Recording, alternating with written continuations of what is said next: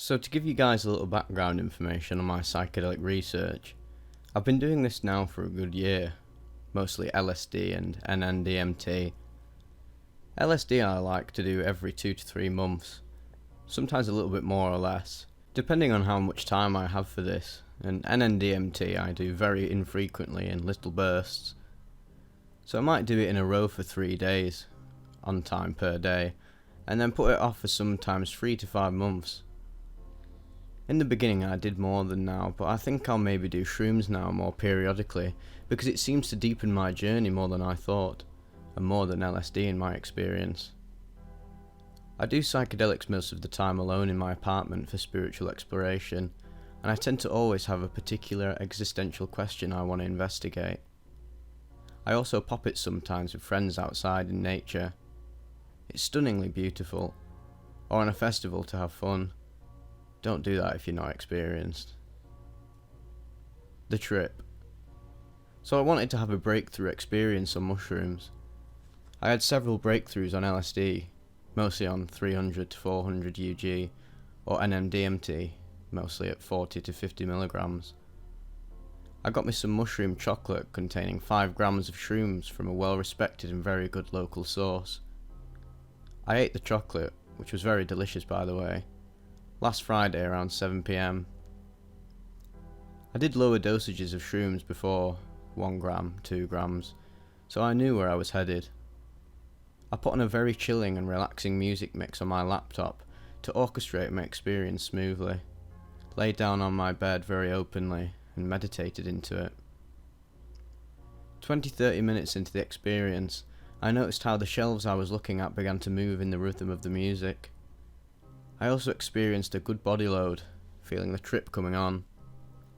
I laughed a little bit and said, "Let's see what you got." I soon should find out.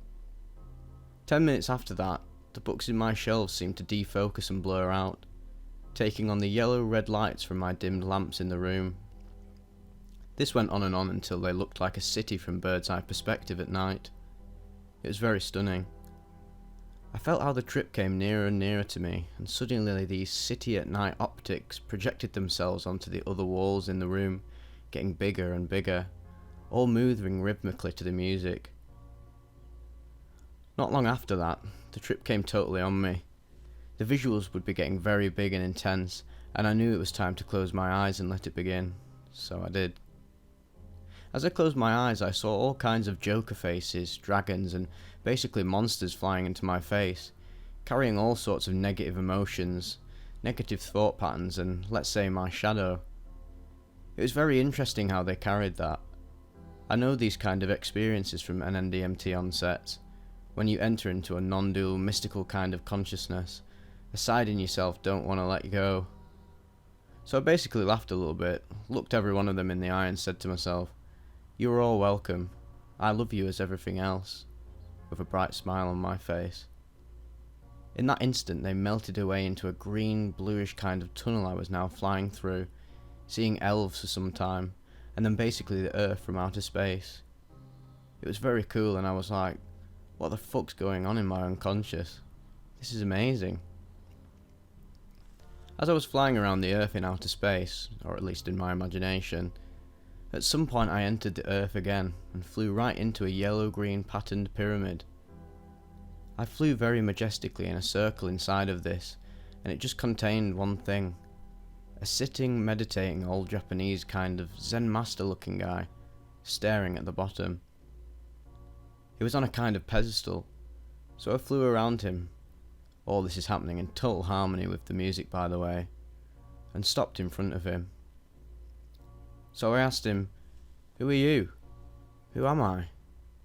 What is all this? Are we the same?" I thought this is the chance to have a talk with a Zen master. How exciting. So what happened? He said nothing. Simply nothing. He didn't even look at me. However, I could feel that he knew I was there. And I was a little disappointed in the beginning, and then it struck me out of nothing. The insight. Intuitively, a thought came to my mind, and I felt like it came from him in this moment, that all my questions, all my problems, all my seeking, All the pain and all of the unknowing I put upon me comes simply from the fact that at some point in my life, I began to buy into what my own inner voice was telling me. That all of my questions will be immediately answered, and all my pains will immediately fall off when I see that they result out of me, believing one side of my story and through that denying another side. And I was hit with that right into my face. In retrospect, this is something I knew for a very long time now. This was, I'd guess, one of my very early realizations I had on this journey. But this simply saying contains everything you need to know to get to the truth. As long as you are telling it to yourself, it is not the truth. Very simple, very plain. Everyone around here knows that, but we tend to want to collect more and more realizations and find out the real nifty secrets, when truth can be found with very plain and easy principles.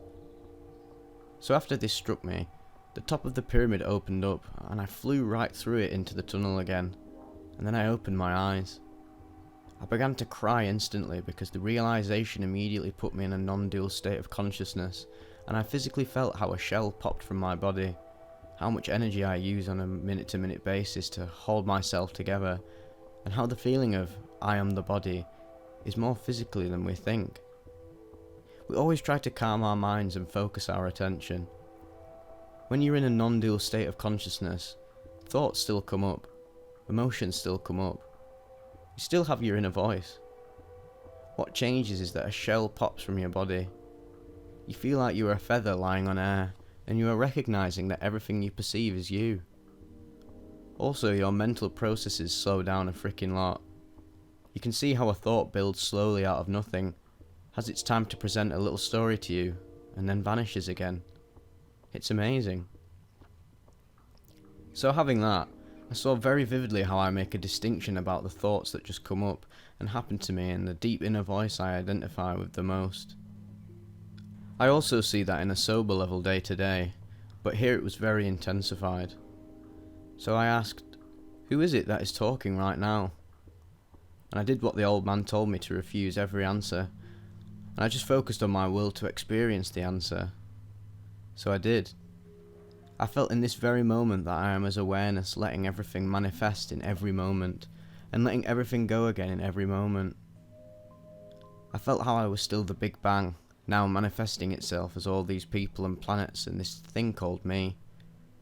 I got aware of how when I talk consciously, this is the universe putting me up, for a moment and then having a different experience again.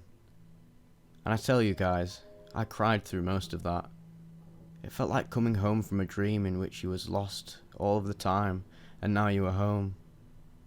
I felt how I could never die, and that everything is exactly how it should be, and I have nothing to fear.